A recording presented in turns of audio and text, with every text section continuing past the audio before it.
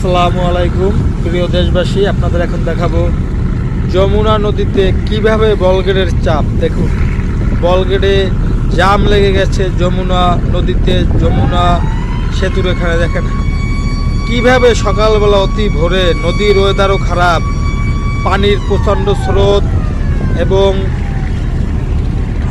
আকাশে অত্যাধিক মেঘ, বৃষ্টি, বাতাস, তার ভিতরে দেখুন কিভাবে আমরা সাধারণ মানুষ, সাধারণ নাবিকরা কষ্ট করে পরিশ্রম করে আয়ে রিজিক চালানোর জন্য কি পরিশ্রম টানা করতেছি। দেখুন অবস্থাটা দেখুন।